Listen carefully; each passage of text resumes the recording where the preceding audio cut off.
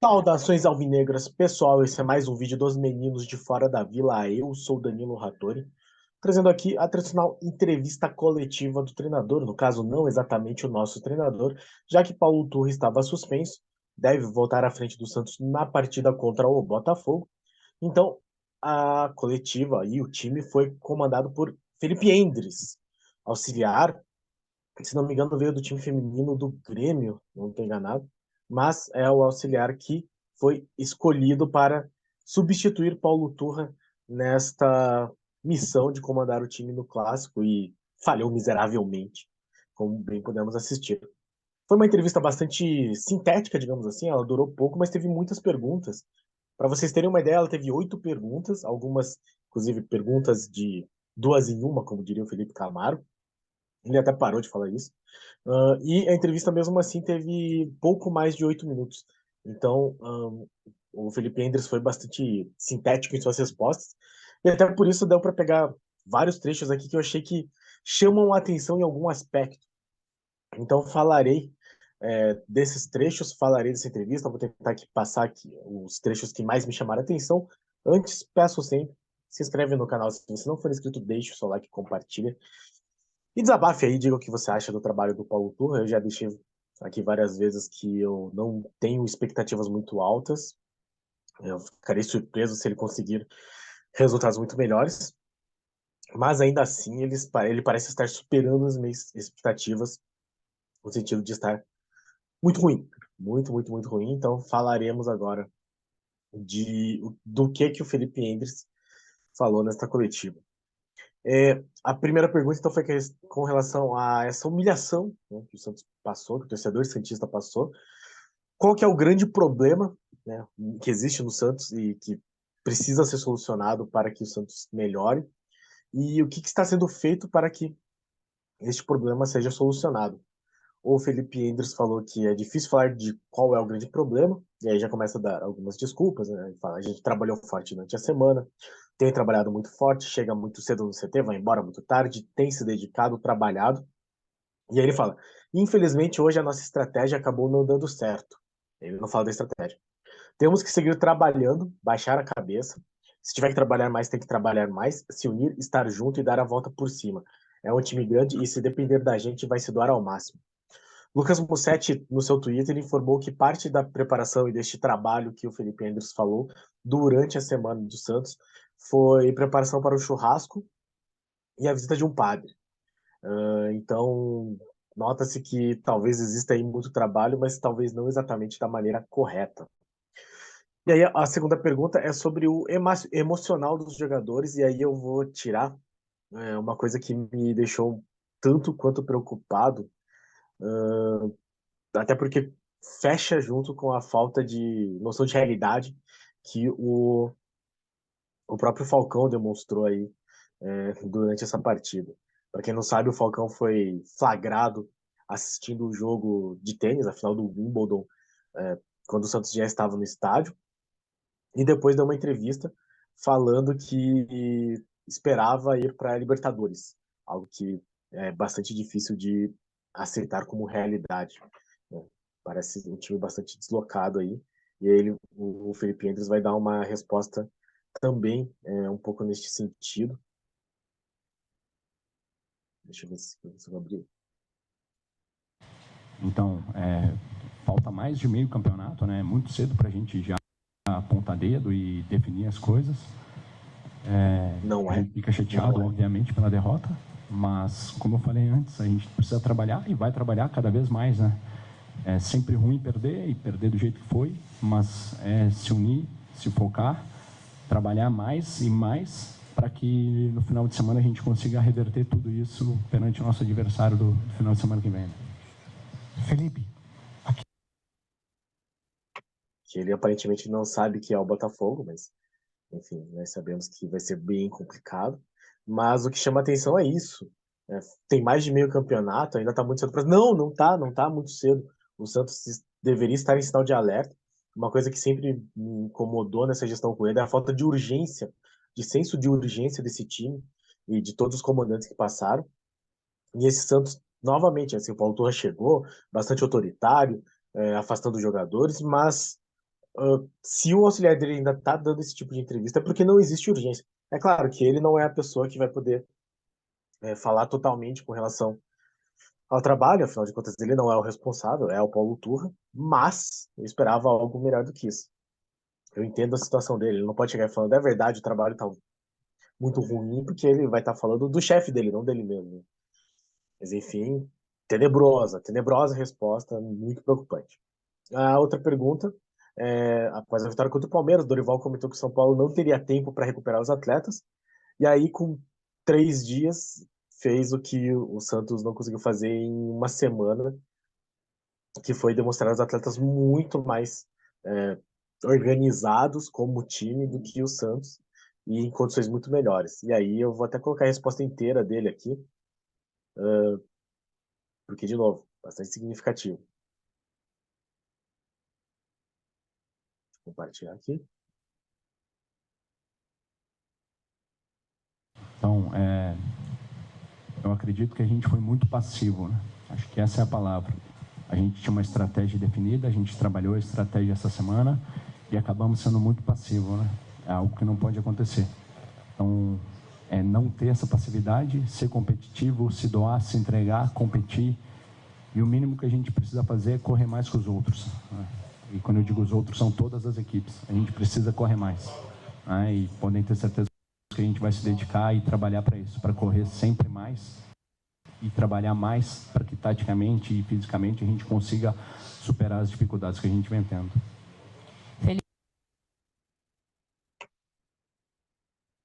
Então, o problema dele, para ele, o Santos foi muito passivo.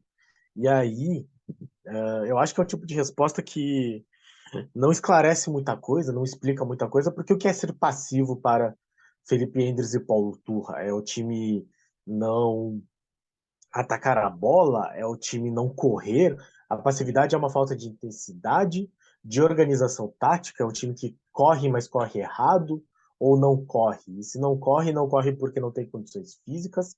Ou é por uma questão psicológica? Então, eu acho que ser passivo é algo muito vago, né? Não é a resposta que eu gostaria que ele desse.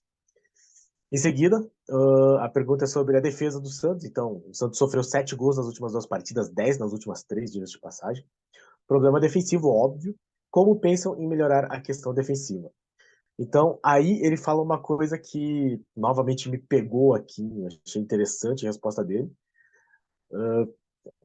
Não sei, talvez seja uma hiperinterpretação, mas me chama a atenção no sentido de hum, vamos ver o trecho aqui, daí eu comento. Acho que é o momento da gente rever algumas coisas, né? Não passa só pelo Felipe, né? Passa por toda a comissão, por todo o clube. E como eu tô dizendo aqui, é o momento da gente se unir, trabalhar, né? E isso, né? Trabalhar, se focar e tentar superar os erros que vem acontecendo, né? Tem erros que a gente não pode cometer 2 ou 3 partidas em sequência. Tudo bem, boa noite. Então, ele fala que é uma responsabilidade de todos, ele vai falar sobre isso depois, eu vou destacar de novo, mas aí ele amplia a questão da responsabilidade. Então, ele traz o Rueda, a comissão, eh, diretamente até o Falcão, para discussão, assim, né? Pô, acho que não é só por mim que passa, não só pelo Tu, né? Ele tenta tirar, né, o dele e o do Paulo Turra da reta, mas de todo mundo. Então acaba sendo uma crítica pública ao trabalho que está sendo mal feito, no caso, porque afinal de contas a pergunta era sobre o que tem que melhorar, né? O que pensa fazer para melhorar, e ele fala, não, a responsabilidade não é minha nem do Paulo Turra apenas, é de todo mundo. Achei interessante. E aí, essa aqui foi uma resposta que ele deu que foi um pouco mais tática, até por isso que eu vou colocar. Pergunta-se o que não funcionou, assim, né? Taticamente, o São Paulo foi muito melhor, né? O que dificultou a vida do Santos? E aqui ele vai novamente responder de maneira curta e bastante concisa. Concisa talvez não seja a palavra, mas enfim, bastante breve. Mas pelo menos ele vai falar de tática, que era uma coisa que eu fiquei pensando se ele falaria ou não. Afinal de contas, ele era o responsável pela equipe, também taticamente, e o time apresentou-se pifiamente, toscamente. Então vamos ver a resposta que ele deu sobre a questão tática, finalmente. A nossa ideia era pressionar o São Paulo. Como eu falei anteriormente, a nossa pressão foi passiva, né? Defensivamente falando, a gente foi uma equipe passiva. A estratégia era manter os atacantes por dentro para utilizar as costas dos laterais. Acabou não dando certo, né? A gente fez pouco e faltou também a gente colocar um pouco a bola no chão, ter um pouco mais de tranquilidade para jogar, né? A gente acabou muitas vezes forçando o jogo direto, podendo circular a bola, colocar a bola no chão e ter um pouco mais de tranquilidade. Felipe, Boa noite. Então ele foi bem breve, como eu disse, mas ele fala sobre dois aspectos aí, né? Novamente a passividade, que ele novamente não explica o que é essa falta de passividade. Ele falou, fomos muito passivos, mas não disse ser passivo é não atacar a bola quando estava na defesa, ser passivo é correr mais, ser mais intenso.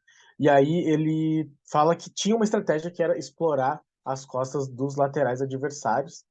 E aí eu também não sei se a falta de passividade afetou também essa questão estratégica, mas pelo menos teve algum tipo de apresentação de tática, né? Claro, muito limitado também, porque afinal de contas esse time é limitado e essa direção é limitada.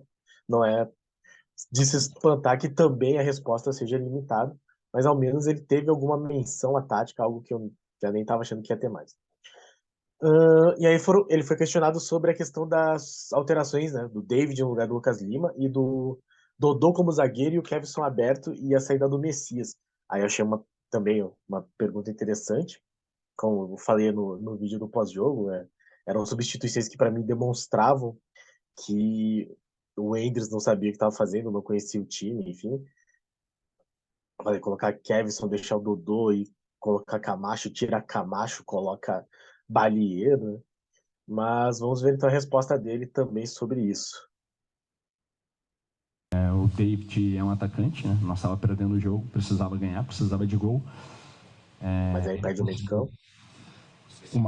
Um pênalti e uma bola na trave, né? Então, entrou, fez aquilo que a gente pediu para ele. Sobre o Dodô já jogou como central, né? Já jogou como zagueiro.